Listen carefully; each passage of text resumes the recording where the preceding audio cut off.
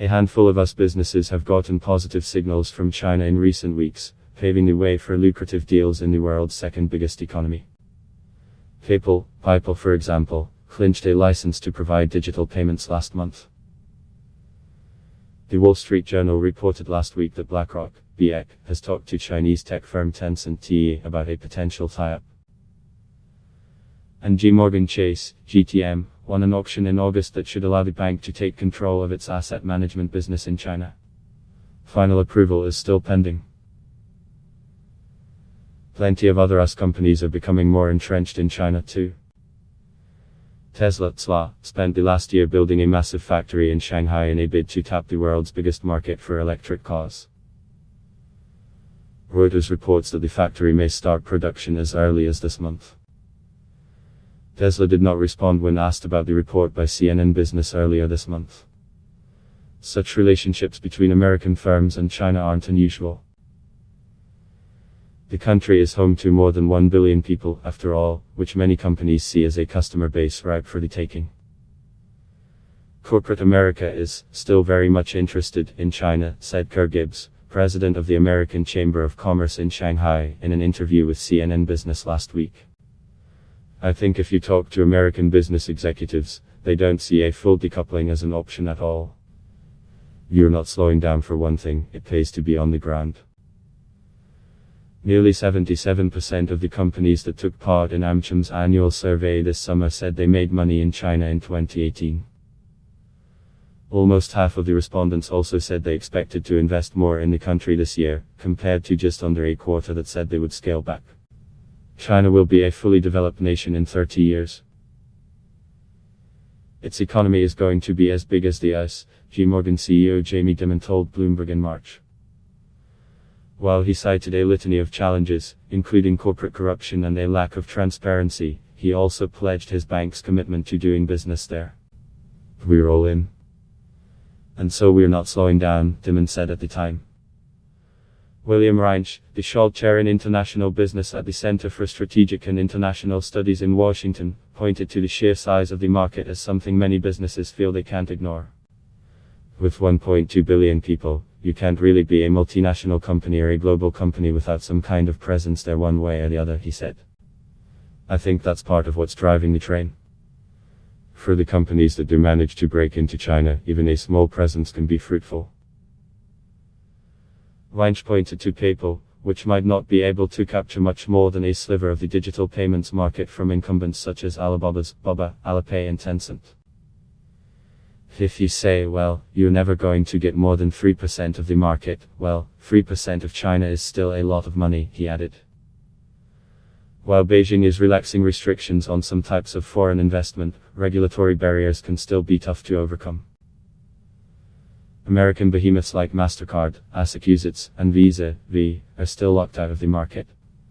Acceptance of PayPal could suggest the country feels increasingly confident that its homegrown players will continue to dominate. It's alright to let them in because they're no longer a threat to their national champions, Reinsch said of PayPal. Challenges in China. There are other headwinds to contend with though. China's economic slowdown and its ongoing trade war with the United States have created huge uncertainty for business, and that's not going away. Slowing growth was the top concern cited in AmCham's summer survey. And more than 53% of respondents said they would either delay or reduce investment as a direct result of US-China trade tensions. In China, American companies are basically keeping their heads down and making contingency plans, said Jeffrey Tosin, a private equity investor and professor at Peking University. For American manufacturers, the onslaught of tariffs on China provides a good reason to leave the country. Many were already looking to places like Vietnam, since rising labor costs have made China a more expensive place to make goods than in the past. Tosin said some companies, like Walmart, and Tesla, continue to build in China. But others are postponing decisions, for now. Until China and the US reach a new understanding about how they will operate in each other's markets, lots of companies are going to stay flexible and non-committal, he added. That is bad for business and for foreign direct investment in particular. Foreign direct investment by American companies in China reached $6.8 billion in the first half of the year, according to the Rhodium Group. That's slightly higher than the average recorded in the first 6 months of the previous 2 years. The research firm recorded a surge in the automotive sector, driven by Tesla's factory project.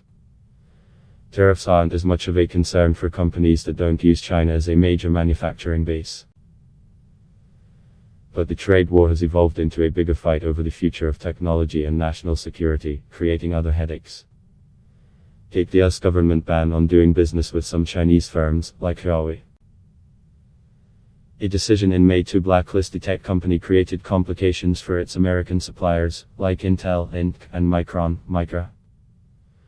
Micron has gotten some exemptions to sell some products to Huawei, but the company said in September that the ban has affected its revenue expectations and has dragged on sales. It's very political, and it could really shift very quickly, Gibbs said. And again, that's the kind of thing that leads companies to delay their investment decisions.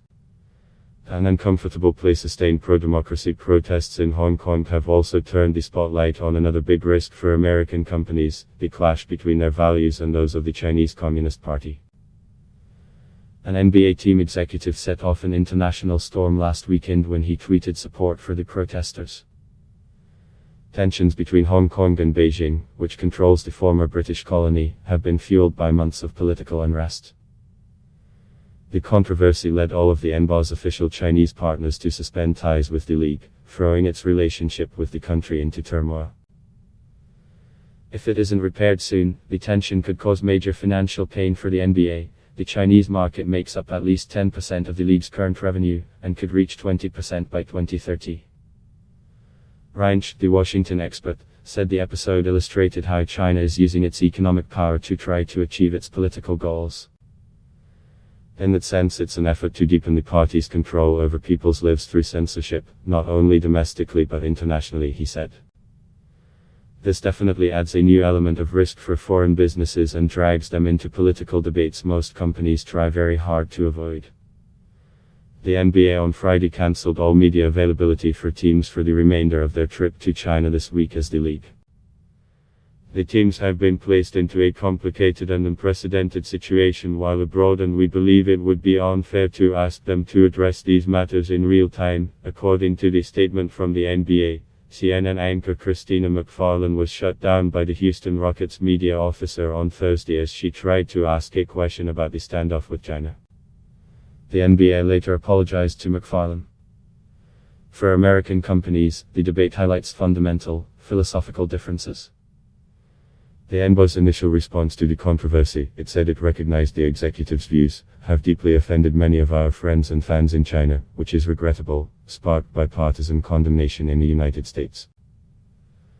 Another American company, the video game publisher Activision Blizzard, ACV, was targeted with boycotts this week by Western consumers after it banned a Hong Kong player from a competition. In the case of American companies, China's actions squeezed them between Chinese demands to conform to their version of reality and Americans' expectations that they will stand for freedom and human rights, Reinsch added. Not a comfortable place.